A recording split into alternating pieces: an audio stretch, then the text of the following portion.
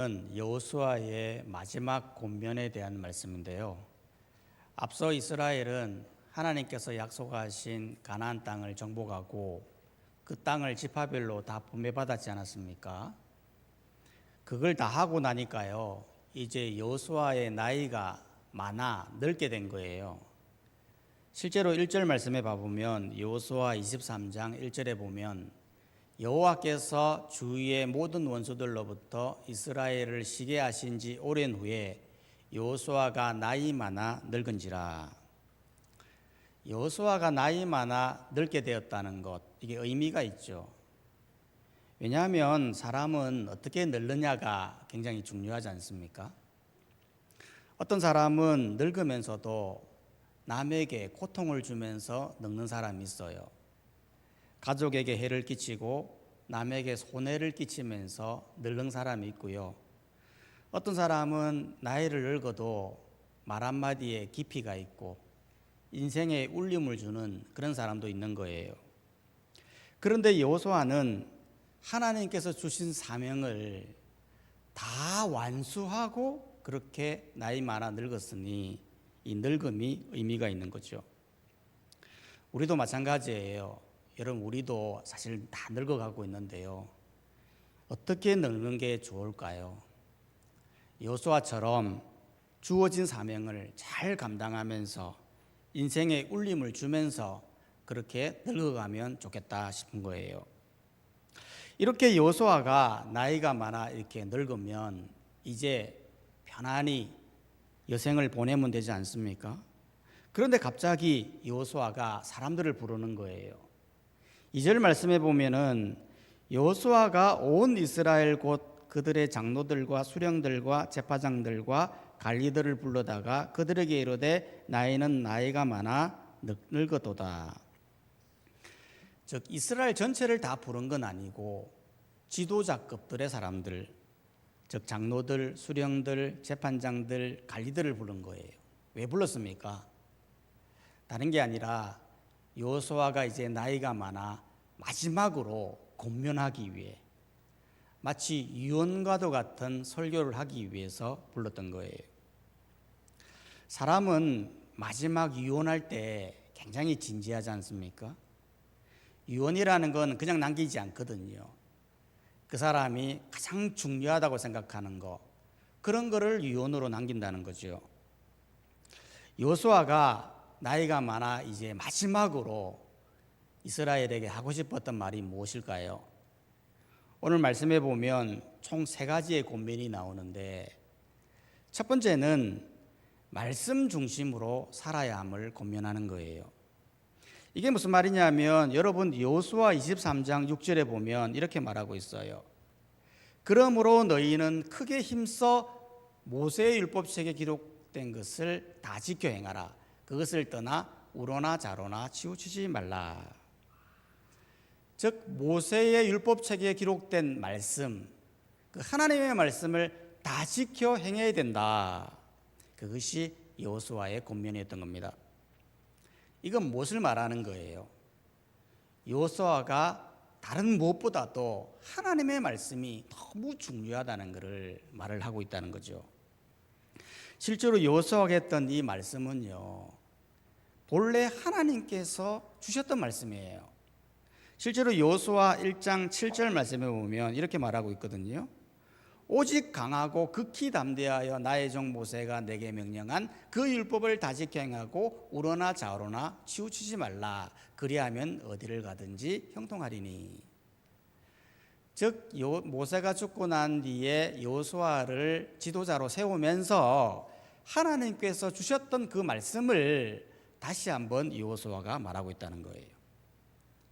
이 말씀은 여기에만 기록된 게 아니라 여호수아 1장 8절에도 또 8장에도 또한 22장에도 이 말씀이 기록되어 있어요. 이건 여호수아가 정말 하나님의 말씀을 중요하게 생각했다는 것이고 뿐만 아니라 그 말씀대로 살았다는 것을 의미하는 거예요. 실제로 여호수아의 사역을 보면 항상 말씀 중심적이잖아요. 여호수아의 사역을 보면 여리고 정복 정책도 보면 하나님이 말씀하시면 그 시키는 대로 이스라엘이 순종했어요. 그랬더니 여리고성이 무너지더라고요. 또한 요단강을 건널 때도 보면 말씀이 시키는 대로 건너고, 수많은 정복 전쟁도 보면은 하나님이 말씀하시면 순종하는, 항상 말씀 중심으로 살았더니 모든 전쟁에서 이기게 되더라는 거예요. 그렇기 때문에 우리는 항상 말씀 중심적으로 살아가야 된다는 거예요. 말씀 중심적으로 살아간다. 이건 도대체 무엇을 의미하는 걸까요? 말씀 중심적으로 살아간다는 것은 크게 두 가지 의미가 있어요. 첫 번째는 말씀을 지키려고 애를 써야 된다는 거예요. 실제로 6절 말씀을 다시 한번 봐보면 이런 말씀이 있지 않습니까? 그러므로 너희는 크게 힘써라고 말하고 있어요. 6절 말씀을 다시 한번 보면 그러므로 너희는 크게 힘써라고 말하고 있다는 거예요. 여기에서 크게 힘쓴다라는 말은 말씀을 지켜도 되고 지키지 않아도 되고라는 것이 아니라 크게 힘을 써야 할 존재라는 거예요. 즉 마음을 다하고 의지를 다하여 지켜야 된다는 거죠. 실제로 크게 힘써라는 단어를 원어에 보면 힘을 다해 굳게 붙잡는다라는 의미예요. 실제로 사람이 낭떠러지에 떨어질 때에 나무를 붙잡았어요. 그러면 그거 꽉 붙들고 있어야 되잖아요. 만약 그걸 놓아버리면 바로 추락을 하듯이 말씀은 붙잡아야 할 것이다 라고 강조했던 거예요. 두 번째로 말씀 중심적으로 산다는 것은 무엇을 의미하는 거냐면 치우치지 않는다는 거예요. 실제로 6절 말씀을 다시 한번 봐보면 우로나 좌로나 치우치지 말아라 그렇게 말하고 있지 않습니까? 치우친다라는 말은 한쪽으로 쏠린다, 치우쳐간다 그런 의미죠. 실제로 외줄타기 하는 선수를 보면 두 팔을 벌려 딱 중심을 잡고 딱 걸어가야 되잖아요. 근데 만약 한쪽으로 치우친다, 힘이 치우친다, 그러면 추락하는 거예요. 어느 쪽이든 상관없어요. 이쪽으로 치우치든 저쪽으로 치우치든 간에 치우치면 추락한다는 거예요. 베드로도 보면 예수님을 향해 예수님을 중심으로 바라보면서 걸어갈 때는 아무런 문제가 없었어요. 그런데 바람이라고 하는 한쪽의 치우침으로 말미암아 바닷물에 빠져가더라는 거예요. 신앙생활도 마찬가지라는 거예요. 신앙생활이라는 건 다른 게 아니에요. 하나님의 말씀을 중심으로 똑바로 걸어가는 거예요. 양극단 어느 쪽이든 상관없어요. 좌로든 우로든 간에 치우치기 시작하면, 쏠리기 시작하면 추락하는 신앙이 될 수 있다는 거예요. 실제로 신앙에 있어서 좌우는 뭐죠? 실제로 좌라고 하는 거는요, 흔히 세상을 말하는 거예요. 즉 말씀 중심적으로 걸어가야 되는데 세상적으로 치우친다는 거예요. 세상이 주는 유혹, 세상이 주는 쾌락, 이런 거를 향해 계속 치우치며 살아가는 거예요. 그거를 하지 말라는 거예요. 실제로 이스라엘을 보면 가나안을 정복하고 나서 말씀 중심적으로 살아라고 했는데 실제로는 자꾸 가나안이 주는 이 유혹들을 이겨내지 못했다는 거예요. 가나안이 주는 농경의 풍요함, 우상이 주는 가나안의 우상 문화들, 이런 것들에 치우치다가 나중에 큰 낭패를 보게 되더라는 겁니다. 우도 마찬가지예요. 자는 세상이라면 우는 뭘까요? 우는 신앙이거든요. 그런데 신앙은 좋은 건데 신앙이 극단으로 치우치는 거예요. 극단으로 치우치는 게 뭡니까?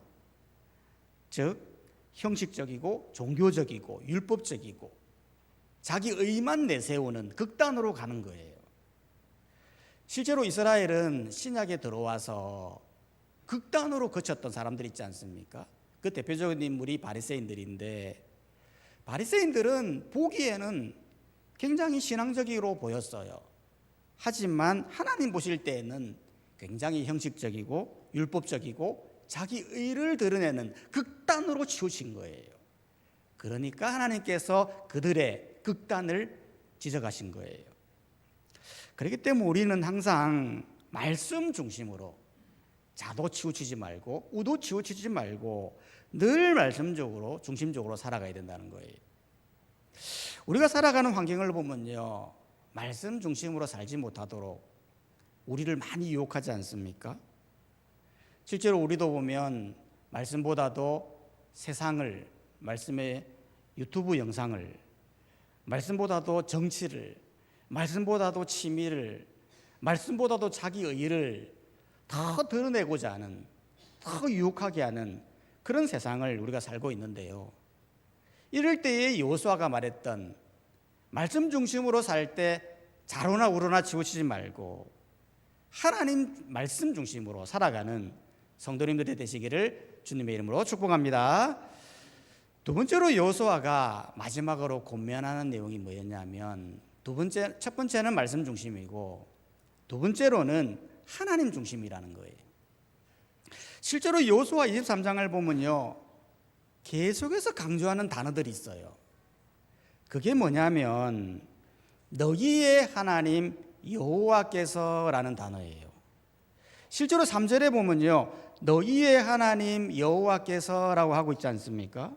이 말이 5절, 8절, 10절, 11절, 14절, 15절, 16절 무려 23장 절반을 사용하고 있다는 겁니다. 이건 뭘 말하는 거예요? 너희의 하나님, 즉 하나님이 중요하다는 걸 보여주는 거예요. 즉 나는 이미 나이가 늙어서 이제 죽어가지만 너는 너희의 하나님 중심으로 살아야 됨을 여호수아는 권면했던 겁니다. 왜 하나님 중심으로 살아가는 것이 중요할까요? 그건 여호수아가 생각할 때 우리 모든 인생의 주관자가 하나님이라고 생각한 거예요. 실제로 5절이 말하지 않습니까? 너희의 하나님 여호와 그가 너희 앞에서 그들을 쫓아내사 너희 목전에서 그들을 떠나게 하시리니, 즉 가나안 전쟁에서 이기게 하시고 12지파에 기업을 주시며 적들을 물리치게 한 것, 이 모든 것이 하나님의 주관하에 이루어졌다는 거예요. 뿐만 아니라 10절도 말하는 거예요. 너희 중 한 사람이 1000명을 쫓으리니 이는 너희의 하나님 여호와 그가 너희에게 말씀하신 것 같이 너희를 위해 싸우심이라. 즉 너희가 지금 누리는 이 평안이 칼이나 전략으로 된 것이 아니라 하나님의 개입하심으로 되었다고 말하는 거예요. 뿐만 아니라 14절에 보면 보라 나는 오늘 온 세상이 가는 길로 가르니와 너희의 하나님 여호와께서 너희에게 대하여 말씀하신 모든 선한 말씀이 하나도 틀리지 아니하고 다 너희에게 응하여 그 중에 하나도 어김이 없음을 너희 모든 사람은 마음과 뜻으로 아는 바라. 무슨 말이에요? 과거에도 이기게 하시고 현재에도 개입하시며 앞으로 미래에도 이어가게 하실 그 하나님을 생각할 때 너희는 하나님 중심, 하나님만을 붙들고 나가야 함을 권면했던 거예요. 실제로도 여러분 그렇지 않습니까? 우리 인생이라는 게 그냥 우연히 흘러가는 게 아니거든요. 우리 인생을 보면 이미 과거에도 하나님께서 역사하셨고 지금 현재에도 하나님이 개입하시면서 앞으로 미래에도 우리와 함께 하실 하나님이거든요. 이 역사는 절대 불변하고 반드시 이루어진 역사이기 때문에 우리는 다른 중심으로 살지 말고 하나님 중심으로 살아야 한다는 거예요. 하나님 중심으로 산다. 하나님을 중심적으로 산다는 게 무슨 걸 말하는 거예요? 하나님 중심으로 산다는 건 다른 게 아니에요. 하나님을 사랑하는 거예요. 실제로 11절은 말하지 않습니까? 그러므로 스스로 조심하여 너희의 하나님 여호와를 사랑하라. 하나님 중심적으로 산다는 것은 하나님을 사랑하는 거예요. 여러분, 우리는 하나님 중심으로 살아라면 뭔가 예배를 잘 드려야 될 것 같고 찬양을 잘해야 될 것 같고 교회 봉사를 잘해야 할 것 같은데 실제로는 그게 아니라 우리 신앙의 본질은 하나님을 사랑하는 거예요.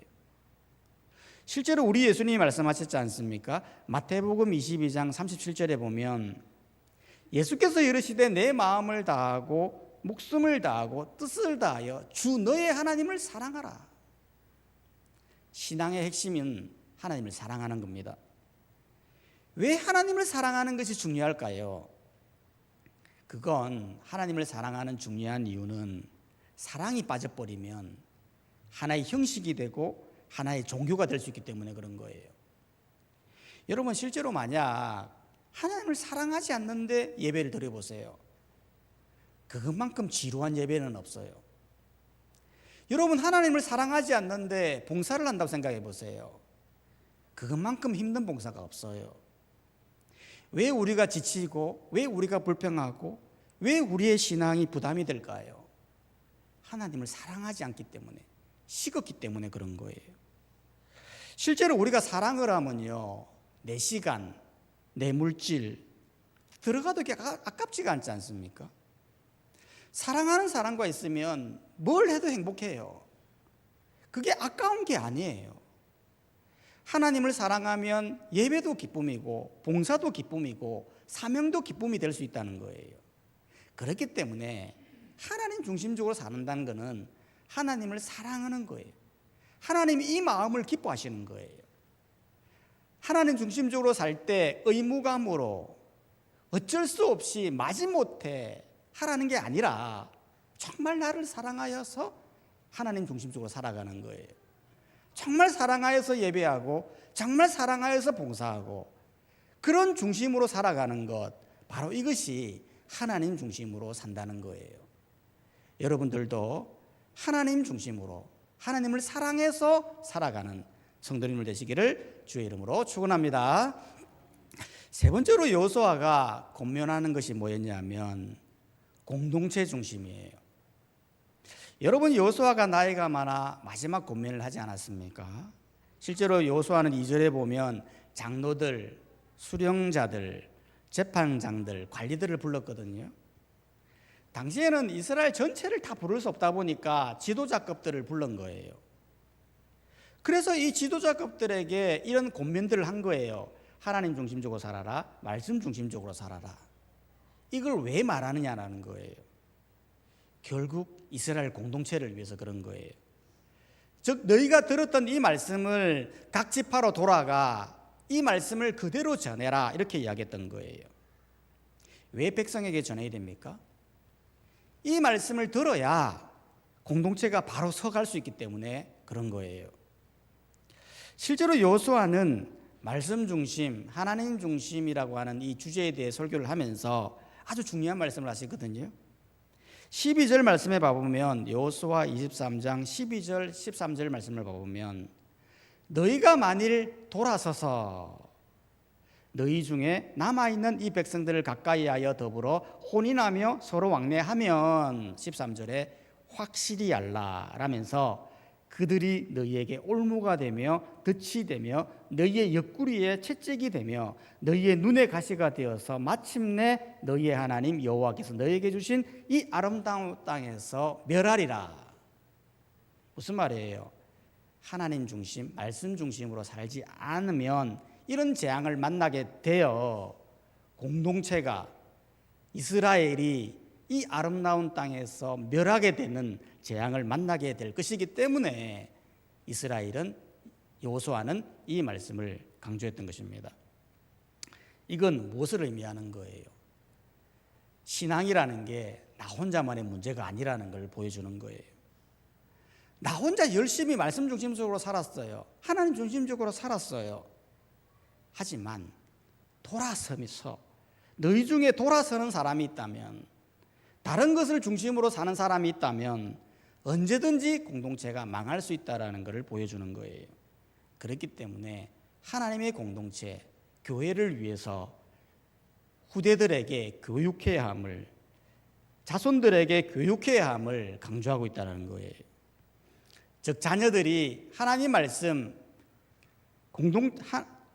하나님 중심으로 살아갈 수 있도록 가르치고 보존하고 교육하는 일들을 감당해야 함을 권면했던 것입니다.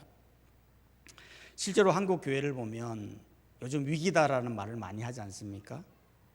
무엇보다도 아이가 너무 없다, 너무 저출산이다 라면서 교회의 위기를 얘기합니다. 하지만 이것보다 더 큰 위기는 뭐냐면 말씀 중심, 하나님 중심, 교회 중심이라고 하는 이 중심을 이야기하지 않는다는 거예요. 우리 아이들에게 이 땅에서 어떻게든 말씀 중심으로 살아야 된다, 하나님 중심적으로 살아야 된다, 교회 중심적으로 살아야 된다라는 걸 강조를 해야 되는데 강조가 안 된다는 거예요. 아이들도 보면 오로지 성적 중심이잖아요. 이번에도 보니까 한 엄마가 학교에 몰래 들어가 가지고 시험지를 빼와서는 그걸로 시험을 치게 해서 아이를 전교 1등으로 만들어 버린 거예요. 그걸 무려 고1 때부터 고3까지 10번에 걸쳐서 그렇게 한 거예요. 그래서 들켜가지고 나중에 이 아이가 시험을 쳐보니까 수학이 40점밖에 안 나오는 거예요. 여러분, 이게 말이 안 되지 않습니까? 어떻게 부모라는 사람이 시험지를 도둑질해 와가지고 그거를 자녀에게 주면서 너 풀어? 그래서 전교 1등 해? 어떻게 이렇게 말할 수가 있습니까? 아이들이 그거를 보면서 어떤 마음을 가지겠어요?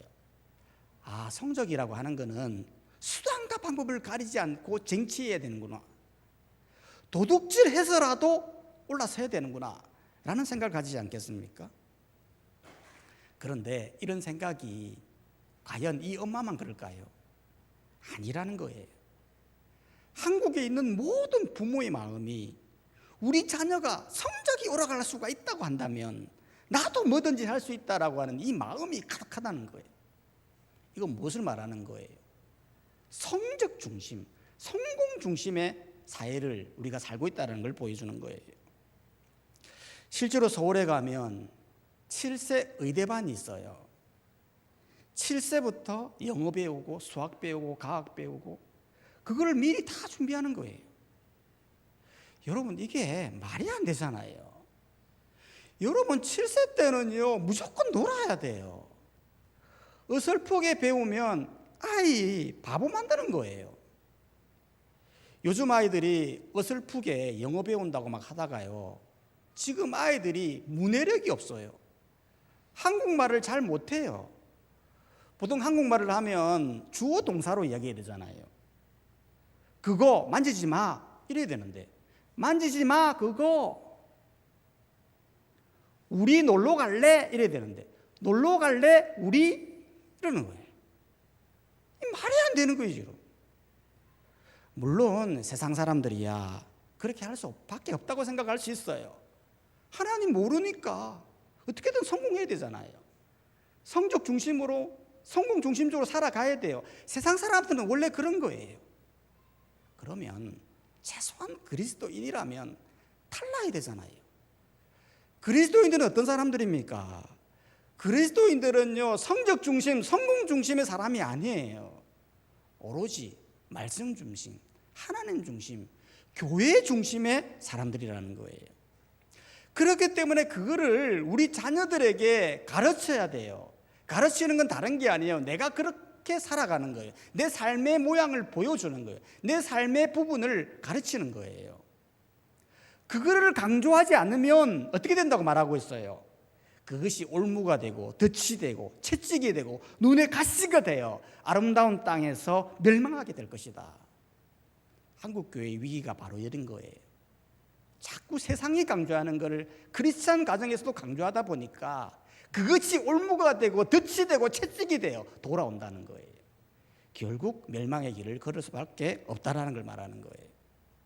그렇기 때문에 우리는 이 땅에서 세상이 말하는 그런 가치를 쫓을 게 아니라 우리는 오로지 말씀 중심, 하나님 중심, 말씀으로 좌로나 우로나 치우치지 말고 하나님 중심으로 하나님을 사랑하며 공동체 중심으로 교회 중심으로 살아가는 우리 모든 성도님들이 되시기를 주님의 이름으로 축복합니다.